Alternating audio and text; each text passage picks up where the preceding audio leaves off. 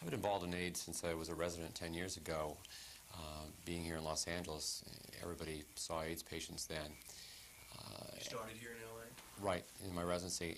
And then after my residency, I went into private practice in a large group practice that dealt with a lot of HIV patients. In fact, this practice probably takes care of the largest group of HIV patients in the country.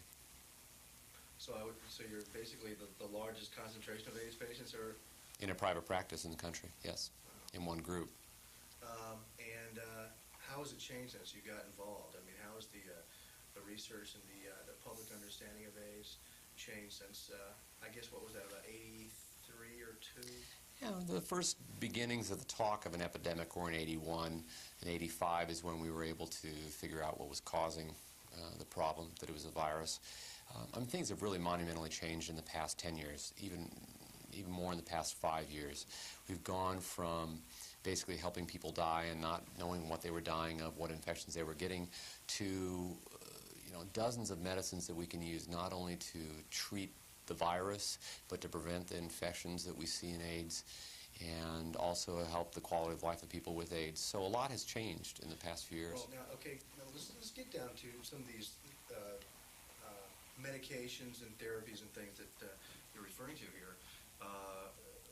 Right now, what are you? Are there trials that you're conducting right now on medications that you're researching? Well, there's basically, I think, 3 kinds of trials when people talk about trials. One is the basic university-based strict trials that have a few people in them. Then there's the more, there's community-based trials, which I'd be more directly involved in. And then there's informal trials where we may say, look, we'd like to try and prevent toxo in our patients, which is an infection that a lot of AIDS patients get. And we want to try this drug that's been on the market for years to see if it prevents toxo.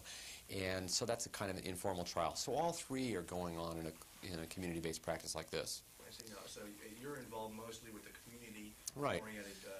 Right. I mean, I'll plug patients into university-based trials. I will also be involved as an investigator in a lot of community-based trials. And, of course, we're doing a lot of informal trials here. Now, touching on that fact, sometimes you plug patients into other trials. I think you mentioned something about one down in, I think, San Diego. Right. There's every few months there's a few hot trials that are open, that have a few open slots, and you try and plug your patients into it, and then that protocol's closed, and you find out the results of it a year and a half, 2 years later. Right now, one of the ones that a lot of people are interested in is something called the TAT gene inhibitor, which is it's a substance that inhibits the TAT gene, and we think the TAT gene is what turns on the virus to grow in the first place. So actually, if you can inhibit this gene, you'd actually pull the plug on the whole viral factory. And one of the 4 sites in the country where this is going on is at University of California, San Diego. And their criterion is so tight and the kind of patient that they want that they actually can't fill the protocol very easily. So they'll call up here and say, we need a patient who has the following lab values, and we can find the patient and plug them into that study. I see. And what kind of patient? I don't know if I'm getting too specific here, but I mean, usually they all want somebody with a specific set of T cells that are so high but not so high. They want somebody who has a certain amount of viral activity. And when you get enough parameters on these patients, there aren't that many patients that fit these protocols. So you have to go to large groups to do it. I see. Now, what exactly is the therapy that they're using for this? You call it it's called a TAT gene inhibitor. Now, that's the actual drug, the therapy itself? Right. Well, the drug actually doesn't even have a name yet. It's got a number given by the drug company. But it's of a class of compounds called TAT gene inhibitors. And actually, several companies will probably be making different TAT gene inhibitors. And that's one of the newer things that we're thinking of putting a lot of hope in over the next year. I mean, it attacks the virus to keep it from... Right. The TAT gene actually attacks the gene that turns on the virus. There's another new therapy that should be coming out in 1993 in terms of testing. It'll be called a protease inhibitor. And the way that works is that when the virus goes to get put back together, as you know, when the virus gets inside the cell, it breaks apart, it multiplies, the little pieces of the virus are put together in one whole viral particle and then butted off. Well, what this protease inhibitor does is it stops that assembly process from happening. And several companies are going to be making protease inhibitors. And again, those will start at probably some university-based settings. What we're finding out now is that practices our size are very attractive to drug companies. And they're coming to non-university-based practices like this one and trying to do trials. And in fact, we may be involved in a protease inhibitor trial, just like any university would be.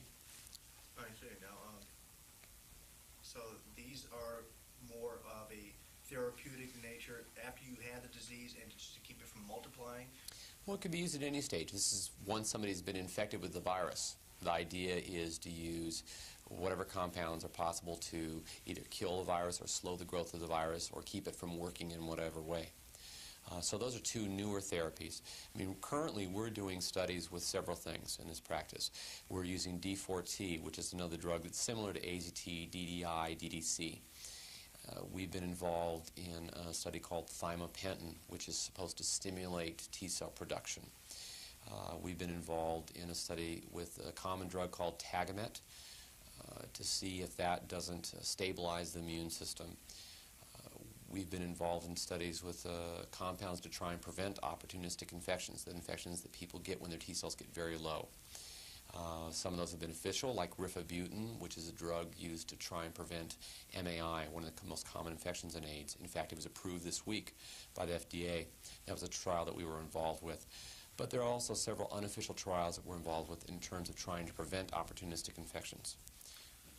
That is a mouthful. It's a lot. There's a lot going on. Well, let's kind of take a closer look at some of these. That D4T, exactly what is that? What does it do? D4T is a very close cousin to DDI and DDC. What is the difference between it, and why is there? How come there is all these drugs that everybody says, okay, well, DDI is similar to AZT, and DD, you know, is it another one in just the long chain of similarity? They're very, very close cousins to each other. And so they all work at the same place, at the same site of trying to attack this virus. Okay, not at different stages or anything like that. They all work at the same place. What makes them different is two things. One is they have different side effects. Whereas AZT may cause anemia, DDI, DDC, D4T won't cause that.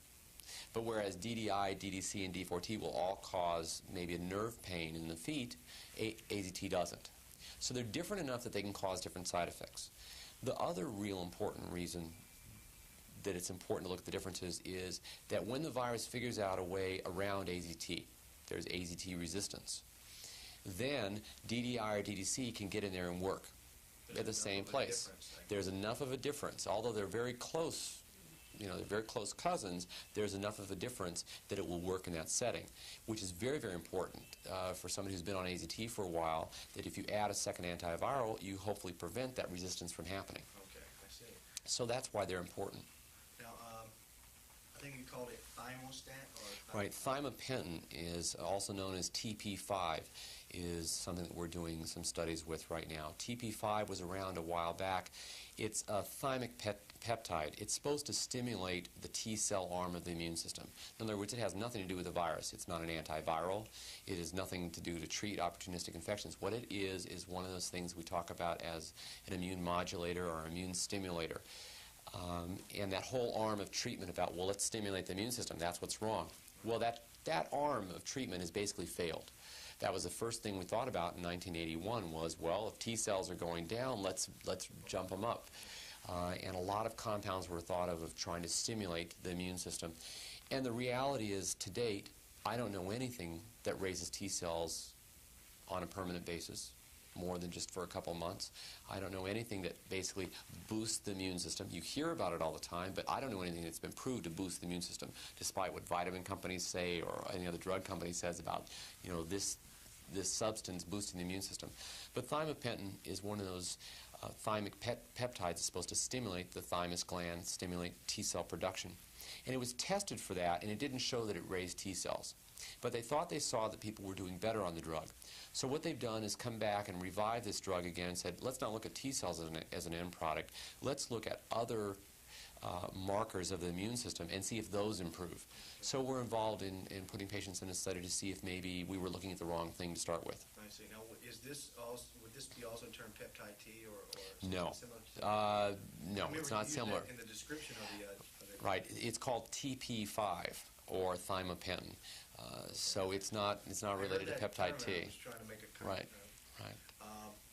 You also mentioned another immune stabilization drug in there. I'm trying to remember what that was. Tagamet. Tagamet's a common drug that we use for ulcers. And some people have talked about the fact that people's T cells seem to stabilize better when they're taking this medicine in high dosages. And there's some theoretical reasons for that it would lower tumor necrosis factor and a couple other things. And so it's been talked about that it's possible. And one nice thing about having a drug on the market is it's easy to do a study. I mean, we can put 100 patients on it in a matter of a few weeks and say, all right, everybody, take this drug, it's available, take it, and let's see what happens with T cells. And so we're involved in doing some research to see if that's true. I mean, the odds are with most of these, of course, is that they're not going to work. But at least we can cut through bureaucracy, and we can find that out in 3 or 4 months. It's not something that's going to take 3 years to find out.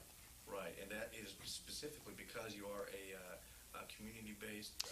Because we have a lot of AIDS patients. I mean, somebody in private practice that has 10 or 15 AIDS patients isn't really going to be able to figure that out, because 10 or 15 patients isn't going to tell you a whole lot.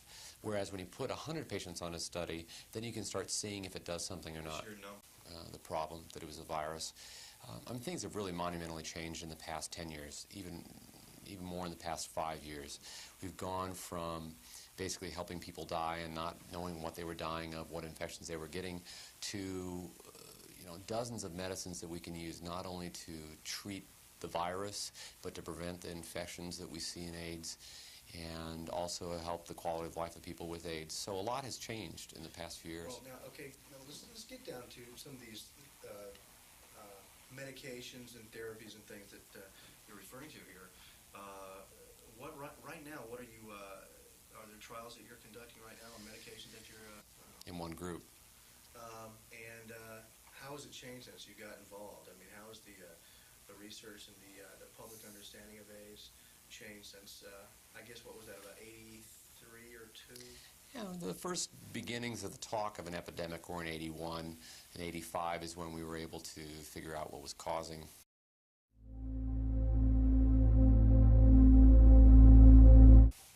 Right. Dr. Hitt, if you could just explain to me the history of your work in AIDS? I've been involved in AIDS since I was a resident 10 years ago. Being here in Los Angeles, everybody saw AIDS patients then. You started here in L.A.? Right, in my residency. And then after my residency, I went into private practice in a large group practice that dealt with a lot of HIV patients. In fact, this practice probably takes care of the largest group of HIV patients in the country. So you're basically the largest concentration of AIDS patients, or? In a private practice in the country, yes.